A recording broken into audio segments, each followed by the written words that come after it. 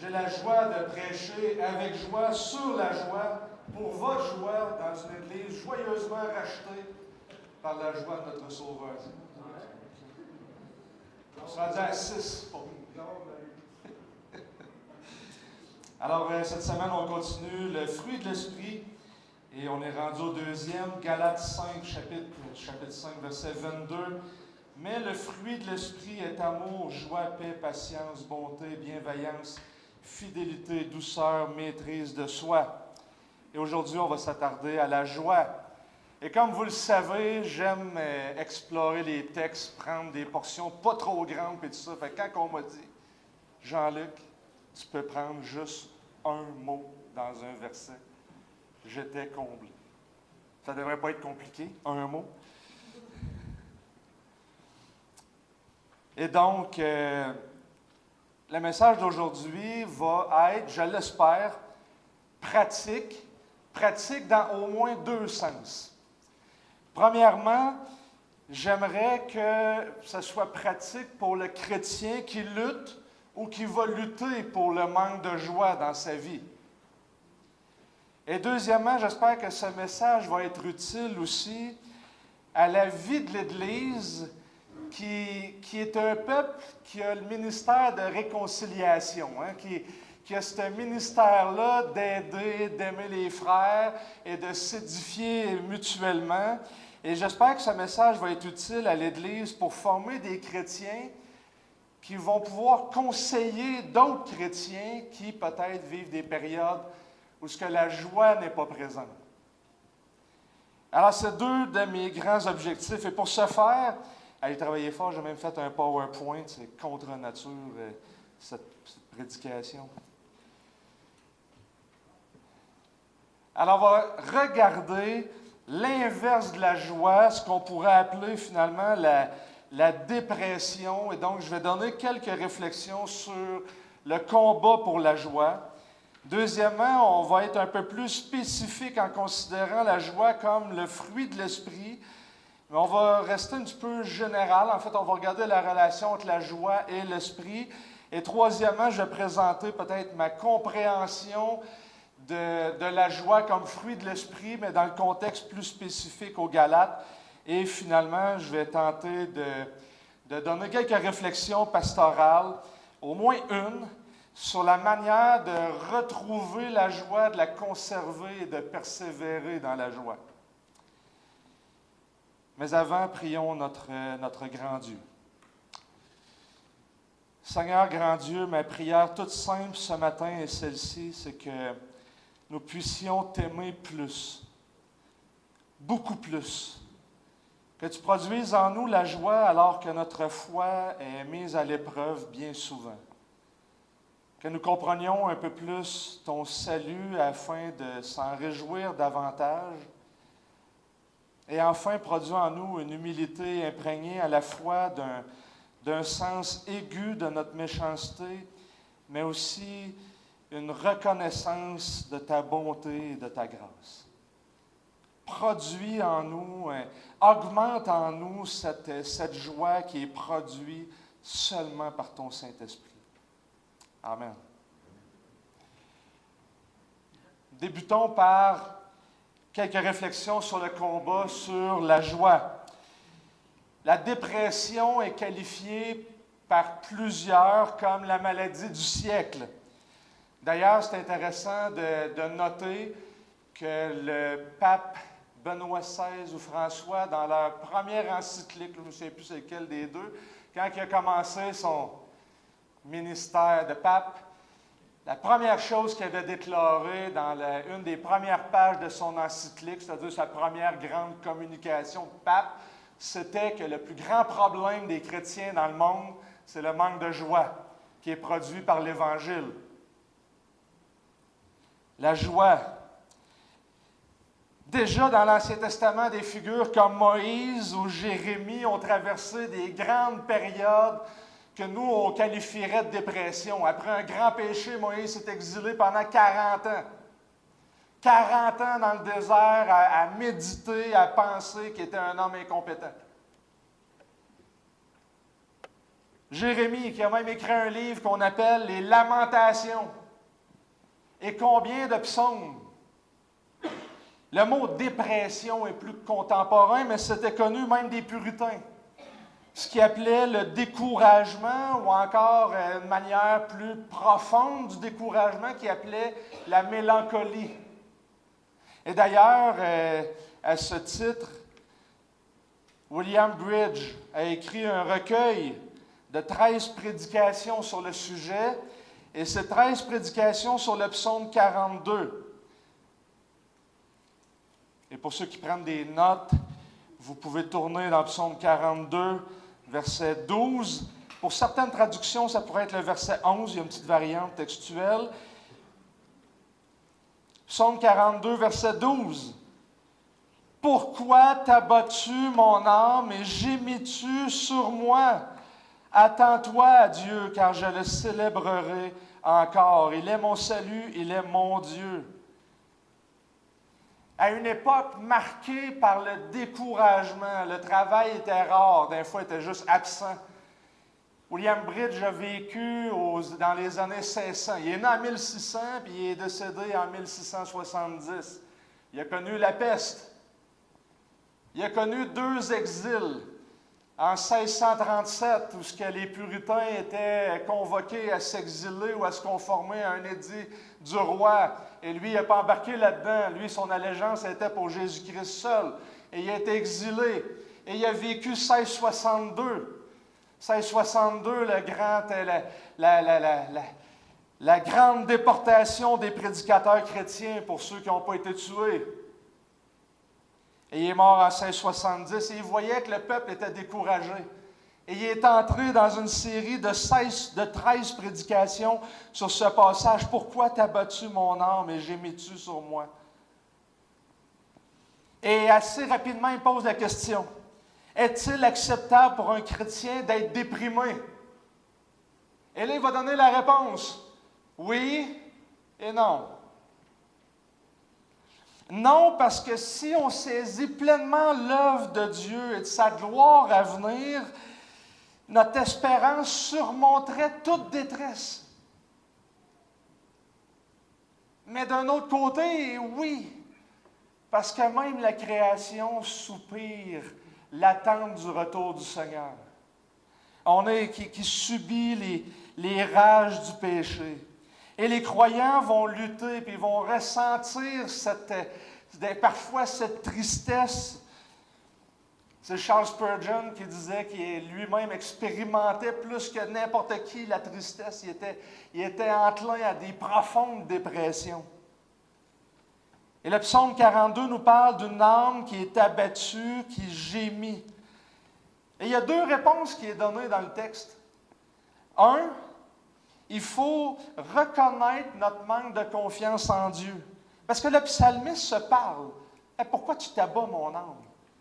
Puis là, il va se rappeler, il va, mais attends-toi à Dieu. Puis on voit que le psalmiste, il lutte. Deuxièmement, il va s'exhorter. OK, mais c'est beau, tu vois ça, mais souviens-toi de ce que Dieu a fait. La foi reste le premier remède. Faire confiance à Dieu, même dans le silence, même ça ne signifie pas que vous êtes moins spirituel si vous êtes moins joyeux. Un chrétien peut passer des périodes troubles, sans joie, dans d'énormes difficultés. Et un des commentateurs de William Bridge, Marc Descartes, réfléchissait sur ça et disait « Ainsi, Dieu permet qu'un découragement vienne troubler toutes leurs consolations, que leur paix soit interrompue, que leur cœur soit agité et que leur âme soit abattue, afin qu'ils apprennent à puiser leur encouragement en Dieu seul. » Dieu peut permettre le brisement de nos vies et de notre joie et de notre paix afin qu'on se repose pleinement et seulement en lui. Il y a une paix, une joie puis une quiétude intérieure que Dieu accorde à ses enfants. Mais c'est un combat, un véritable combat pour la joie. Et il y a un appel à persévérer dans l'espérance, même dans le cœur des ténèbres. Et je suis convaincu qu'il y en a qui ont déjà vécu ça, qui vivent ça, puis si ce n'est pas le cas, bien, ça s'en vient. C'est vrai. Allons un peu plus spécifique sur le fruit de l'esprit. La joie comme fruit de l'esprit. Alors, rappelons encore une fois ce que Paul nous dit. Le fruit de l'esprit est, et là il y a une énumération, amour, joie, paix, etc. Mais il est au singulier. Et ça, c'est intéressant. Parce que si on a tous le même Saint-Esprit, on peut tous avoir le fruit de l'Esprit, qui se décline de bien des manières. Et là, je me pose la question, quelle est la relation entre la joie et l'Esprit? Parce que dans les Écritures, il doit y avoir une relation entre la joie et l'Esprit. Puis en fait, il doit y avoir une relation entre chacun des 9 et l'Esprit. Le premier, juste pour... je suis tombé dessus en plus, l'amour. Or, l'espérance ne trompe pas, Romains 5,5, parce que l'amour de Dieu est répandu dans nos cœurs par le Saint-Esprit qui nous a été donné. Alors, il y a une espèce d'amour que le monde ne connaît pas, mais qui est comme infusé dans le croyant. Bien, il devrait en être aussi de la joie, de la paix, de la fidélité, de la maîtrise de soi, de toutes les autres. N'est-ce pas?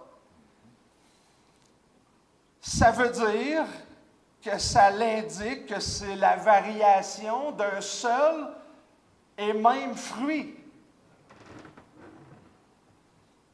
Et là, il ne faut pas manquer quelque chose. C'est le fruit de l'esprit. C'est l'esprit qui produit. Donc, c'est un espèce de fruit que, ben oui, dans le monde, il y en a qui aiment, il y en a qui ont de la joie, il y en a qui se maîtrisent, il y en a qui procurent la paix, il y en a qui font tout ça. Mais il y a quelque chose de la nature de Dieu qui est infusé dans le chrétien. Il faut que vous naissiez de nouveau. Ah, il en a de même de l'esprit. Tu ne sais pas où ce qu'il va, mais c'est comme le vent. Jean chapitre 3. OK, tu es né de nouveau, mais c'est comme le vent. Le vent, tu ne sais pas d'où ce qui vient, mais tu sais, tu en vois les effets. Il en est de même de l'esprit. Ah, mais comment cela peut-il se faire? Jésus est en train d'indiquer que celui qui est régénéré, on va le voir, il n'est pas comme les autres, et on ne sait pas d'où ça vient, mais il y a une espèce de joie, d'amour, de paix, il y a comme quelque chose qui est bizarre. Même il y a quelqu'un qui disait, ce qui distingue le christianisme de toutes les autres religions, on pourrait le dire à peu près comme ceci, c'est quand même vraiment intéressant, c'est que, en fait, le chrétien, dans l'épreuve, chante. Le bouddhiste ne fait pas ça. Les musulmans ne font pas ça. Il n'y a personne qui fait ça. Mais dans l'épreuve, il y a quelque chose, et ça frappait. Relisez le livre des Actes. Ils sont battus, sont mis en prison, tout ça. Puis là, les geôliers sont là, puis ils les entendent chanter. Mais voyons, qu'est-ce que tu... Il y a juste le chrétien qui se fait déchiqueter par un lion, puis qu'avant de mourir, est capable de dire à l'autre à côté, écoute, ça dure pour un peu de temps, on se rejoint tantôt.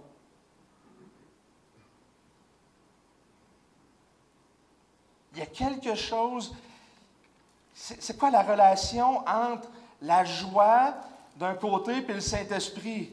1 Pierre chapitre 1, verset 6. Vous en tressaillez d'allégresse, quoi que vous soyez maintenant pour un peu de temps, puisqu'il le faut, affligé par diverses épreuves, afin que votre foi éprouvée, bien plus précieuse que l'or périssable, cependant éprouvée par le feu, se trouve être un sujet de louange, de gloire, d'honneur lors de la révélation de Jésus-Christ.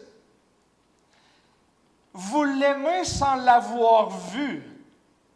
Sans le voir encore, vous croyez en lui et vous en tressaillez d'une allégresse indicible et glorieuse en remportant pour prix de votre foi le salut de vos âmes. Ça, c'est intéressant. Sans le voir, on l'aime. Et sans le voir, on en tressaille d'une allégresse qualifiée de deux manières. Indicible, c'est-à-dire qu'on a de la difficulté à l'exprimer, à mettre des mots dessus, alors que tout semble s'effondrer. Il y a comme quelque chose qui émanait d'une manière glorieuse, qui resplendissait de ces croyants-là qui souffraient. Vous souffrez puisqu'il le faut. Puisqu'il le faut, pourquoi? Parce que Dieu en a décidé ainsi pour épurer votre foi. Mais au cœur de votre épreuve, il y a comme un amour qui est infusé parce que, verset 3, vous êtes régénérés pour une espérance vivante. Mais cette régénération-là produit quelque chose par le Saint-Esprit et cet amour et cette joie va resplendir. Même si on n'est pas capable de la décrire, on est capable de la voir. Il y a comme un fruit de l'esprit de joie qui est là. Il y a une joie spirituelle intérieure qui dépasse l'affliction. Pierre ne dit pas qu'on va monter au ciel, puis que c'est à ce moment-là que là, on va tout être transformé, là, on va être dans la joie. Mais non, il dit que c'est maintenant, vous commencez, vous êtes régénérés, c'est la vie éternelle. Et cette vie-là prend place dans votre vie, au cœur des épreuves, et vous donne une espèce d'avant-goût du ciel dans votre âme. N'est-ce pas? Il y a une joie spirituelle intérieure qui permet de passer les épreuves avec joie. Et là, il va donner deux caractéristiques. Notez la manière par laquelle elle va se révéler. La manière dont Christ, bien qu'invisible, et par le fondement de la foi, sans le voir encore, vous croyez en lui, la foi, psaume 42, il met la foi dans le Dieu qui permet les épreuves pour qu'on se repose en lui. Sans le voir encore, vous croyez en lui, et notez la nature de cette joie. Vous en tressaillez d'une allégresse indicible et glorieuse. On ne la nomme pas, c'est comme un bout du ciel dans l'âme déposé, même au cœur de l'épreuve. Certaines traductions vont dire une joie glorieuse, mais l'original était plus proche d'une joie glorifiée. C'est-à-dire, ils se réjouissent de cette joie. Leur esprit est rempli d'un éclat qui va émaner d'eux autres. Quelque chose qui ne vient pas d'eux autres.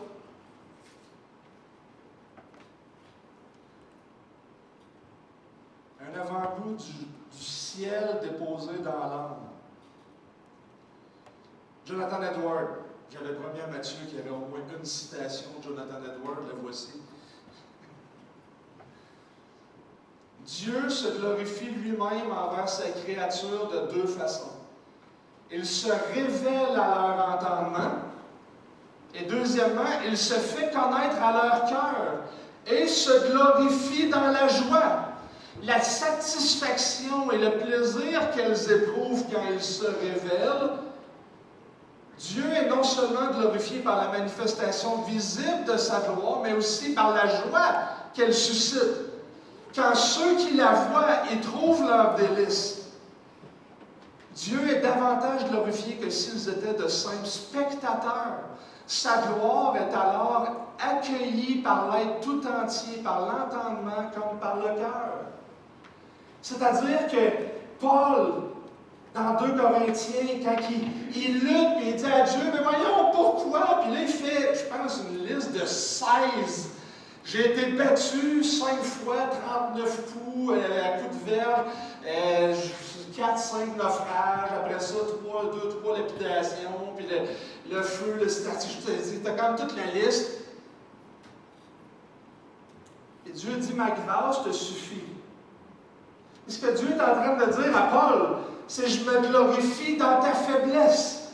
Parce que c'est de cette manière que ma puissance se révèle. Alors que tout semble s'effondrer, alors que tu es au plus bas, alors que tu es... Tu sais, il faut mettre de l'huile, puis écoutez, 39 coups plus, moins 1, 40, moins 1, là, les Romains, quand ils battaient, là, on en avait pour des mois peut-être à s'en remettre. Là.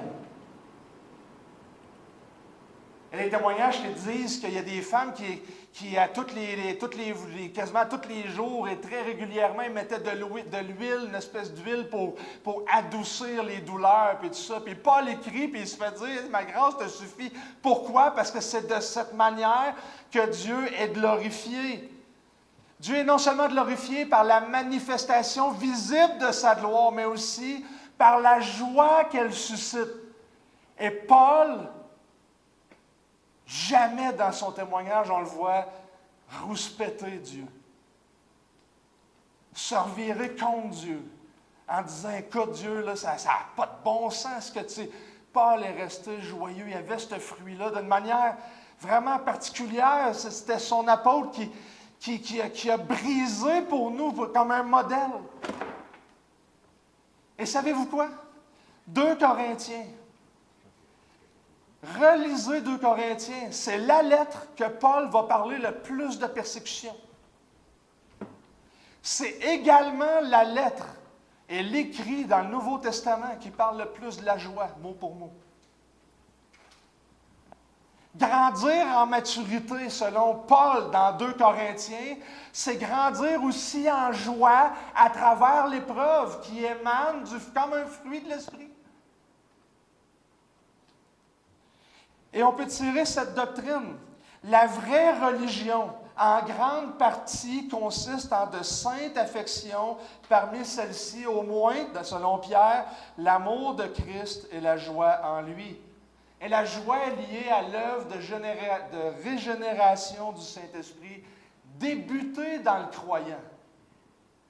Et la bonne nouvelle, c'est qu'au cœur de vos épreuves, vous avez le même Saint-Esprit que Paul, que William Bridge, que John Bunyan, ou peu importe le héros de foi que vous avez.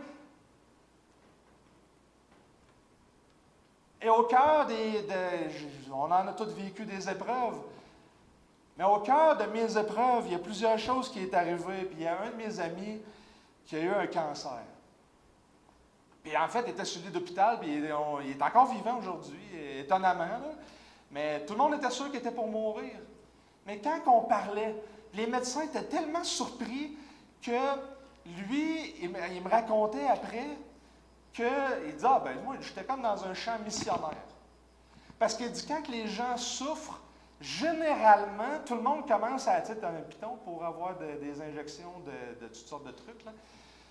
Puis il dit, le monde, il pèse dessus, mais là, tu sais, c'est timé à tant de temps, puis tout ça. Puis à un moment donné, les infirmières se sont questionnées à savoir, mais pourquoi tu as pesé une fois en une journée dans ta semaine sur le piton?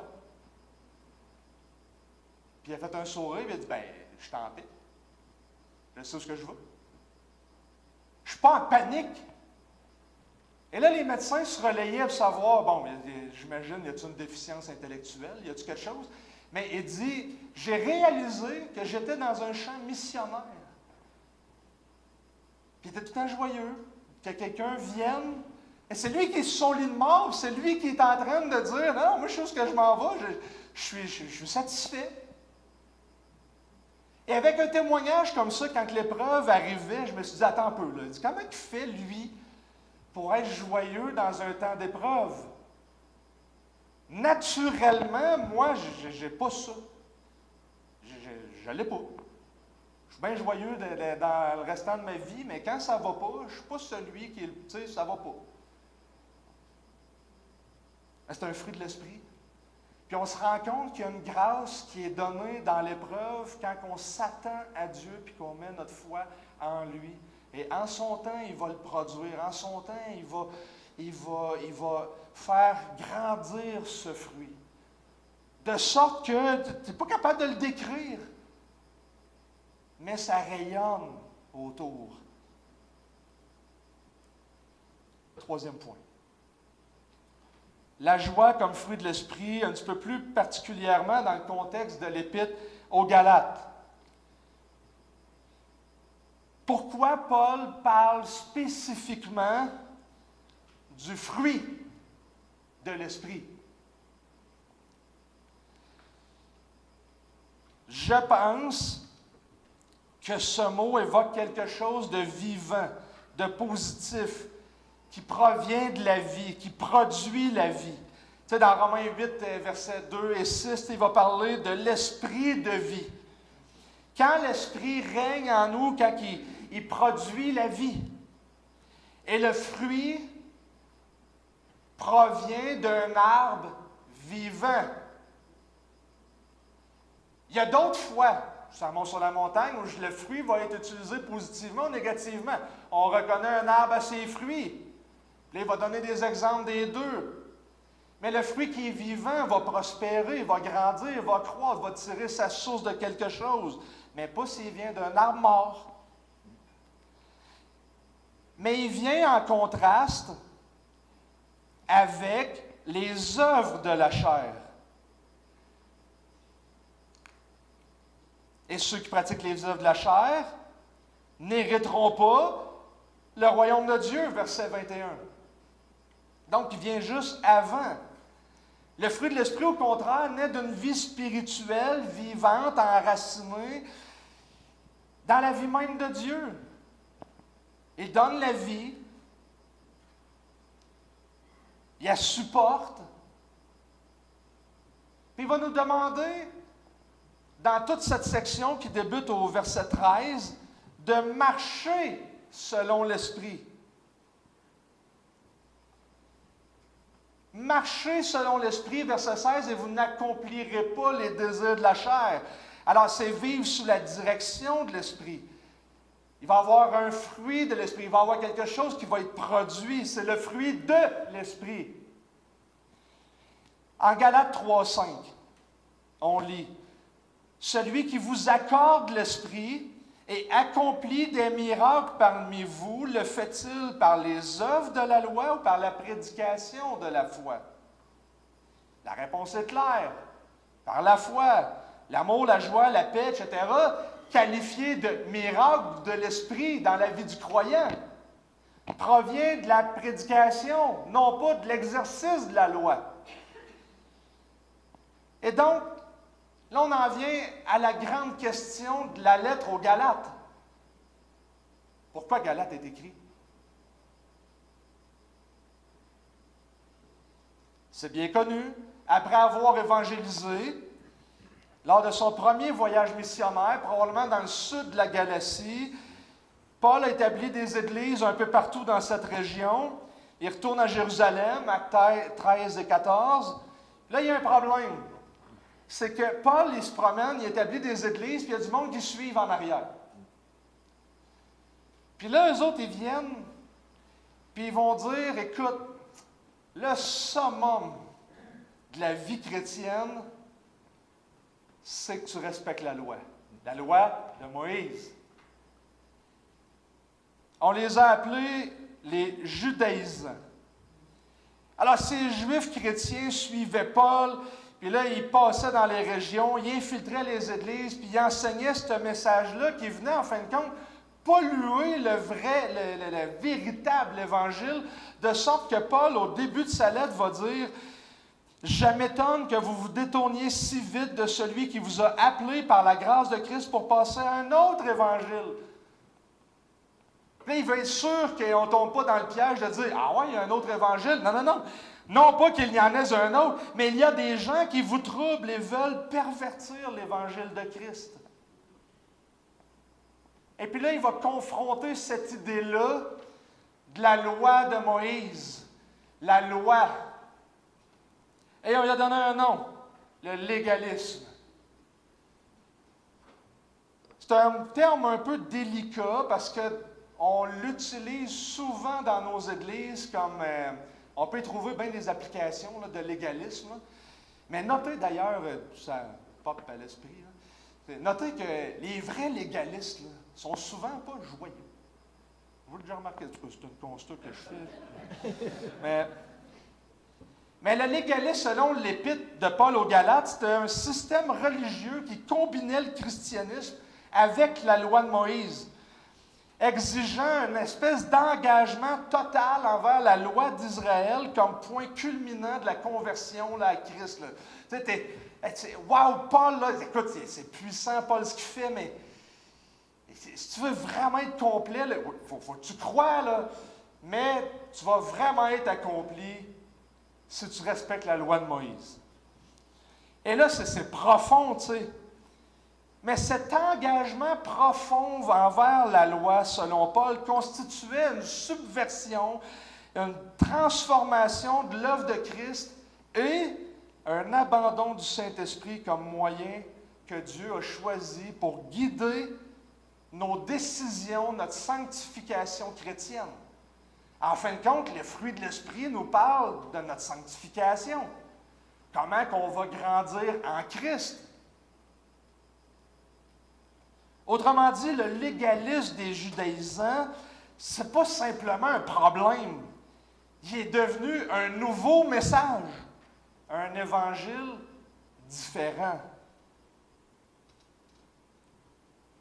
Et donc, toute cette section traite de cette question. Paul appelle ici, verset 13, « Frères, vous avez été appelés à la liberté. » Et là, il va jongler avec la question. OK, là, il y en a qui vont penser, la liberté, c'est de faire ce que je veux. Attends, c'est pas ça que je dis, là.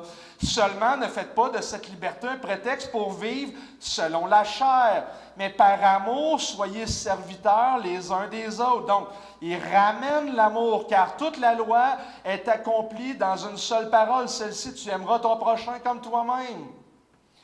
Alors, Paul affirme qu'une vie de liberté, c'est une vie d'amour envers les autres. C'est produit par le Saint-Esprit, tu es transformé par le Saint-Esprit, ça l'émane du vrai évangile. C'est pas... Et l'essence de la loi, c'est l'amour.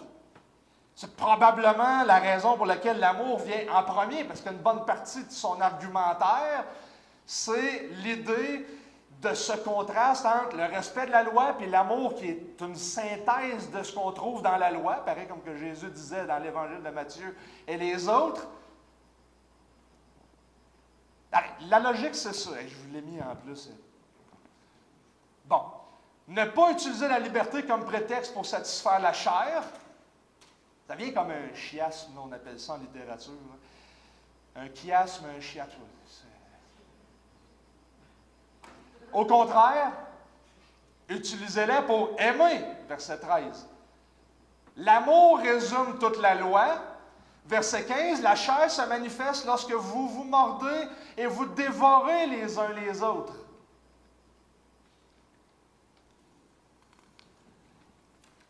Et donc, après avoir fait le point sur la liberté, qui n'est pas une excuse pour vivre selon la chair, Paul va clarifier ce qu'il entend par liberté.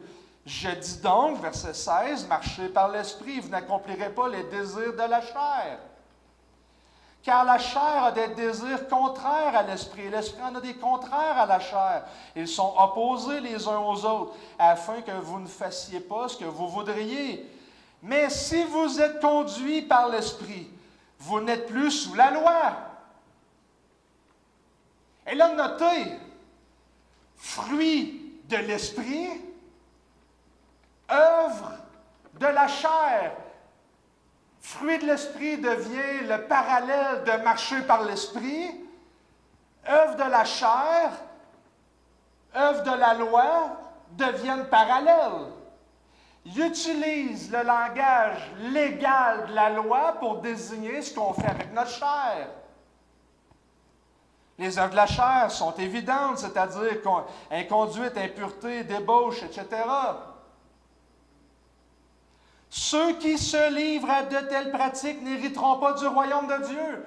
Mais le fruit de l'esprit, celui qui est régénéré, celui qui est né de nouveau, qui entre dans le royaume de Dieu, là, pour donner une autre image que Jésus utilise, bien, le fruit de l'esprit va être manifesté. L'amour, la joie, la paix, la patience, la bonté, bienveillance, fidélité, douceur, maîtrise de soi.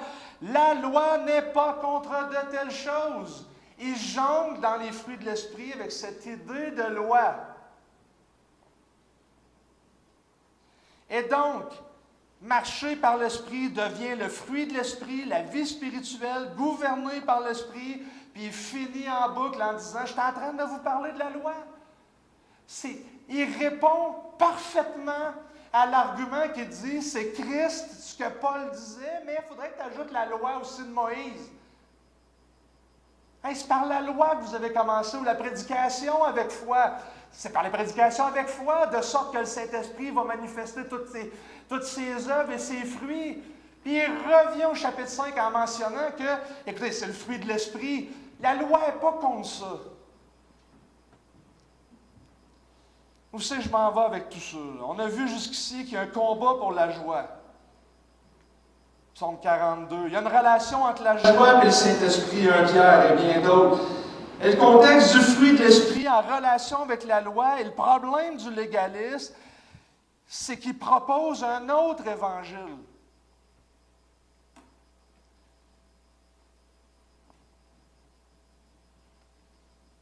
Voici ma réflexion pastorale.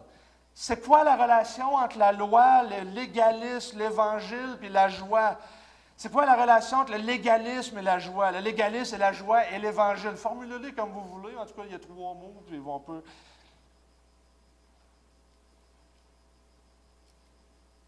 1 Timothée, chapitre 1. Verset 8. Nous savons bien que la loi est bonne pourvu qu'on en fasse un usage légitime.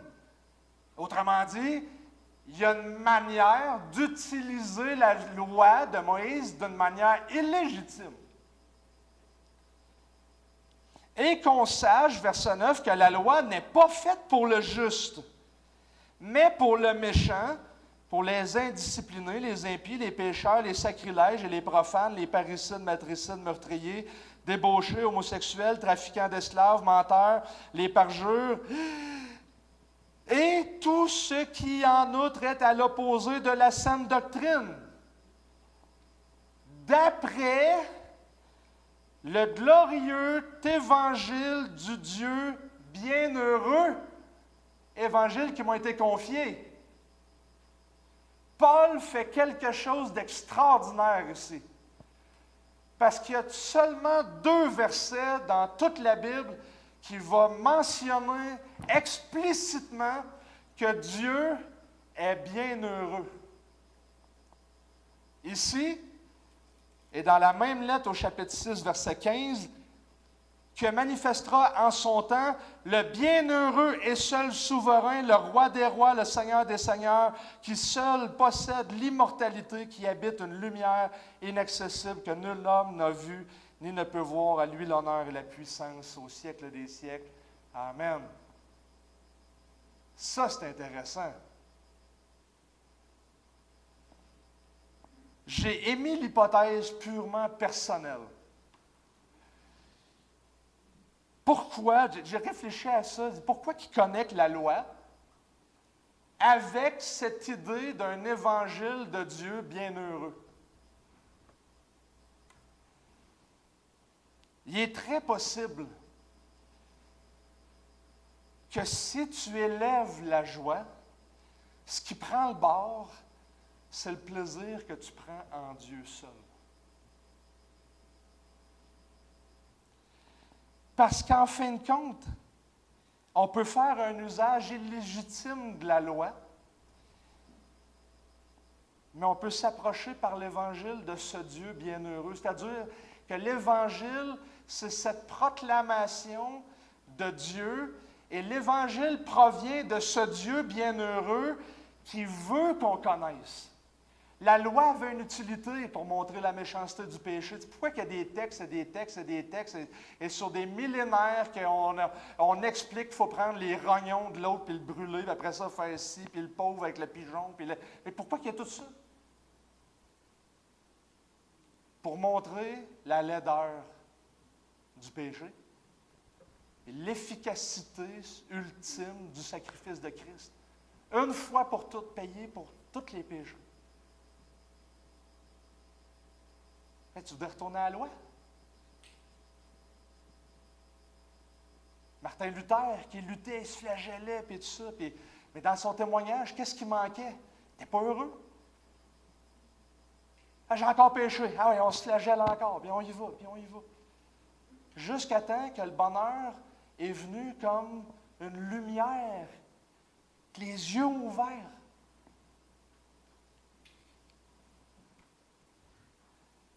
On est limité dans le temps.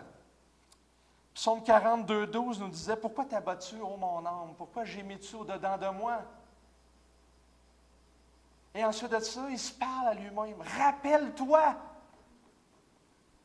Rappelle-toi ton salut! » C'est quoi le remède à la dépression? Comment retrouver la joie? Comment persévérer dans la joie?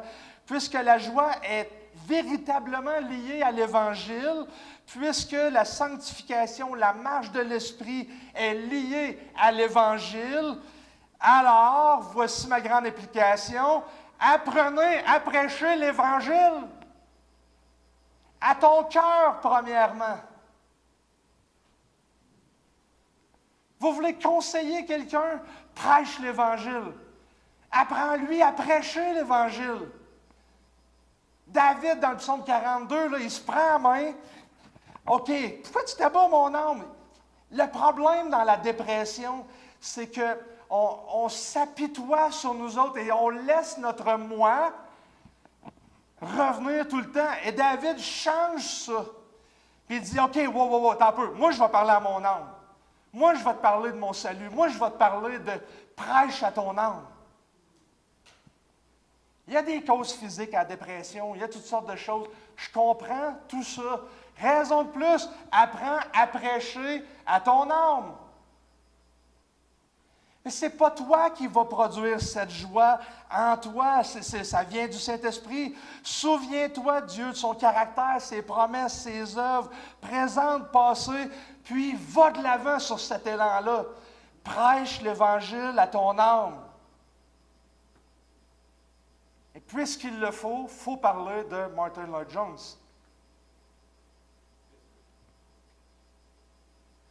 Martin Lloyd-Jones, mon modèle,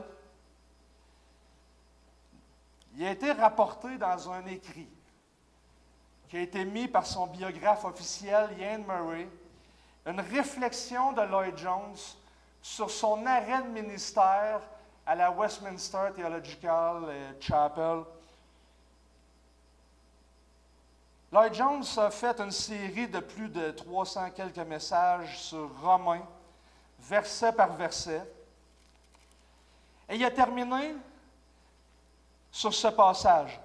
« Car le royaume de Dieu, c'est non pas le manger ni le boire, mais la justice, la paix et la joie par le Saint-Esprit. » Son dernier message portait sur la paix. Il avait fait la justice, il a traité la paix. Et à la fin de son message, il dit, la prochaine fois qu'on va se voir, nous allons regarder la joie dans le Saint-Esprit. Cette semaine-là, Martin Lloyd-Jones s'est fait déclarer un cancer et il fallait qu'il se fasse opérer. Et il s'est retiré de plus de 30 ans de ministère. C'est lui qui a eu le plus long ministère à la Westminster. Puis il s'est retiré de son ministère. Voici ce qu'il dit. « On ne m'a pas permis d'aborder la joie dans le Saint-Esprit. J'ai le sentiment que ce n'était pas un hasard. Dieu est intervenu. Je pourrais en avancer la raison. J'ai pu traiter de la justice et de la paix. J'en ai eu une brève expérience.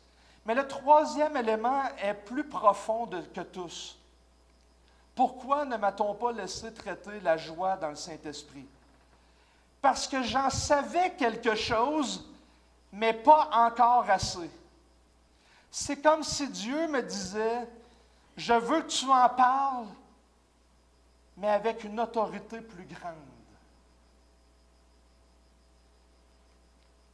Et il était convaincu que c'était la chose la plus importante. Et pendant 6 mois, Lloyd-Jones était spectateur dans son église. Il prêchait 3 fois par semaine.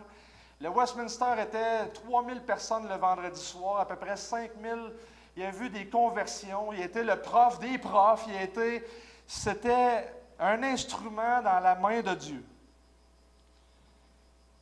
C'est mon modèle. C'est un petit bonhomme en plus, pas de cheveux, mais il prêchait avec une autorité. Puis Lloyd Jones réfléchissait sur son expérience d'être assis dans l'Église. Je prêche plus, je suis assis. Puis il dit ceci: c'est une grande chose que d'être un auditeur. Tu désires quelque chose pour ton âme. Tu cherches de l'aide. Je ne veux pas simplement un grand sermon. Je veux ressentir la présence de Dieu. Avoir le sentiment que je l'adore et que je contemple quelque chose de grand et de glorieux. Si j'obtiens cela, peu m'importe la qualité du sermon.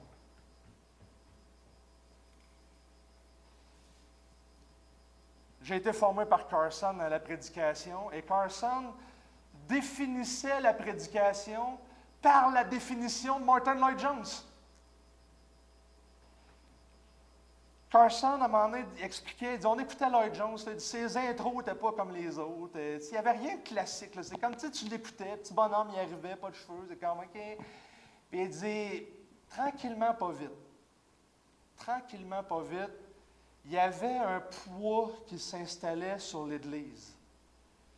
Et on pouvait pratiquement ressentir la présence de Dieu. Et la prédication, la vraie, c'est ça. Le poids de Dieu dans ton message que tu proclames. Prêche à ton âme, de sorte à ressentir le poids de Dieu sur ton cœur. Lloyd Jones va ajouter, nous devons apporter un message. Assurément, nous devons avoir un message. La démonstration de l'Esprit et de la puissance. C'est là notre besoin le plus profond. Et je ne le sépare jamais, aucunement, de la joie. Nous devons apprendre à prêcher à notre âme. C'est là que ça commence. Si vous ne connaissez pas la joie de l'Esprit, quelle est la valeur de votre foi? Prions. Seigneur, oh, qu'on aimerait ressentir le poids de ta grandeur sur nos cœurs. Si seulement on pouvait se prêcher l'Évangile de ce Dieu bienheureux d'une manière fidèle, claire, oui, à ceux qui nous entourent, mais à nos propres cœurs, et laisser le Saint-Esprit produire ce fruit, afin qu'on puisse juste simplement se délecter en adoration, en amour et en joie, dans ces fruits que tu produis en nous, par ta grâce, par ton Esprit. Sois béni et loué dans cette Église. Fais de nous des ministères de réconciliation avec toi par ton évangile de joie et de paix. Amen. Soyez bénis.